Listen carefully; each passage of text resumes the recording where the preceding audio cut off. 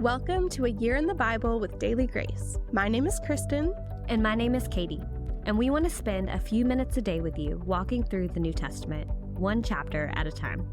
This year, we will fix our gaze upon Christ so that we may know him, not only with our minds, but with our hearts. Together, we will learn that who Jesus is changes everything.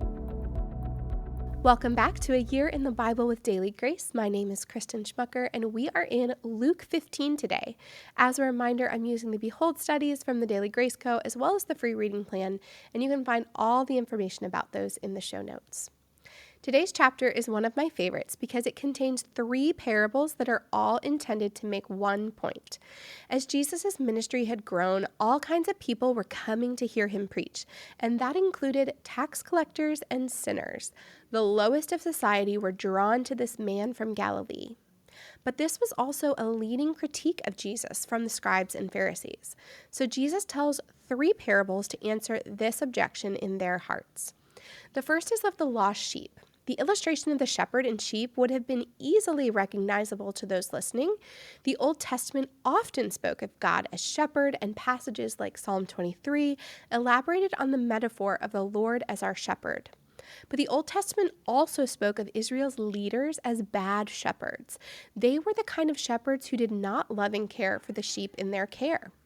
But Jesus was altogether different than those evil shepherds. In this first parable, a man has 100 sheep. This is instantly a clue of the man's wealth. We may assume that when one sheep of 100 went missing, that a wealthy man would hire someone to go searching. But instead, this man goes to look for his lost sheep himself. Lost sheep were helpless. Without the help of a shepherd, it was highly unlikely that the sheep would ever make its way back home.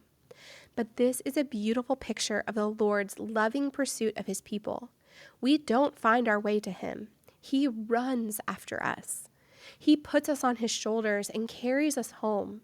When we can't even walk through the rough terrain before us, he carries us through. Our burden is placed on his shoulders, and he takes it willingly. What a sweet reminder of the cross, where Jesus bore our burdens to bring us to himself. The parable ends with a reminder of the joy in heaven over repenting sinners. The same is not said for the self-righteous who think they have no need to repent. The second parable is of the lost coin. This story is of a woman, and this alone should be enough to catch our attention. Luke is again bringing women into the story. This is significant because rabbis at this time did not talk to or about women. But Luke presents Jesus very differently. Jesus included women in healings, teachings, and parables. This was unheard of and was likely why women were so drawn to Jesus. This short parable shows us a great sum of money that this woman diligently searched to find. It is a reminder that we are precious to God and have great value. The final parable of this chapter is also one of Jesus' most well-known parables.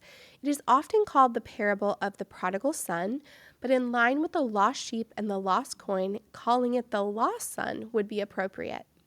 We can see ourselves in the lost son. In contrast to the other parables in this chapter, this parable shows deliberate rebellion. Coins don't get up and run off. Sheep wander, well, because they're sheep. But this son's lostness was far more deliberate and required planning on his part. This was not an accident. The younger son wanted his inheritance, and he didn't want to wait. To tell his father this was akin to saying to him, "I can't wait until you die." Not only did it show a lack of wisdom and character, it was an assault to the love of the father.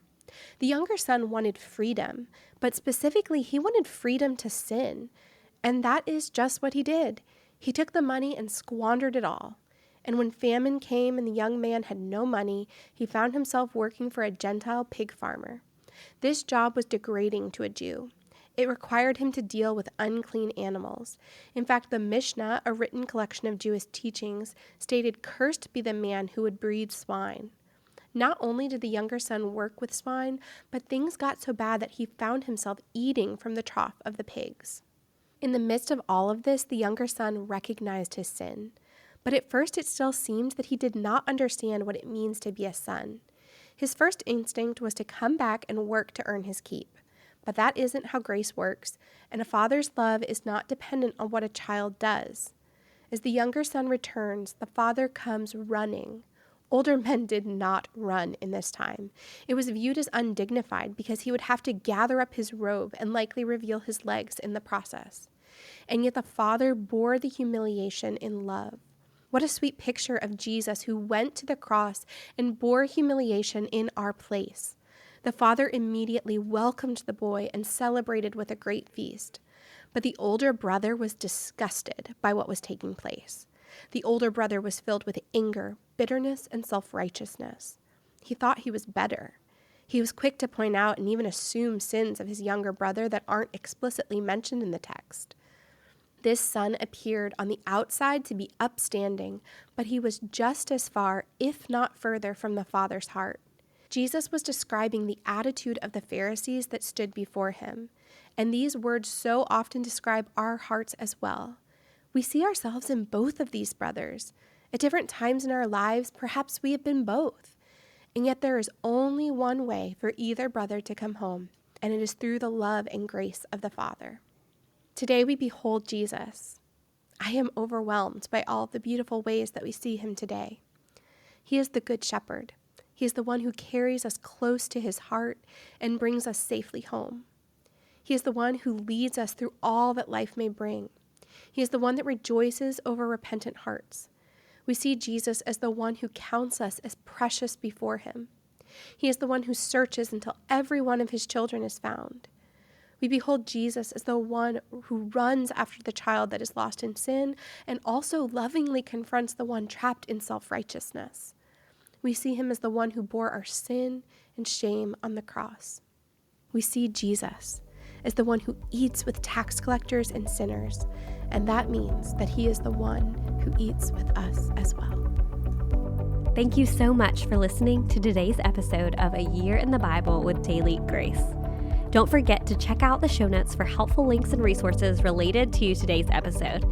And make sure you are following at Daily Grace Podcast on Instagram for more A Year in the Bible content, and at the Daily Grace Co. for all things Bible study resources.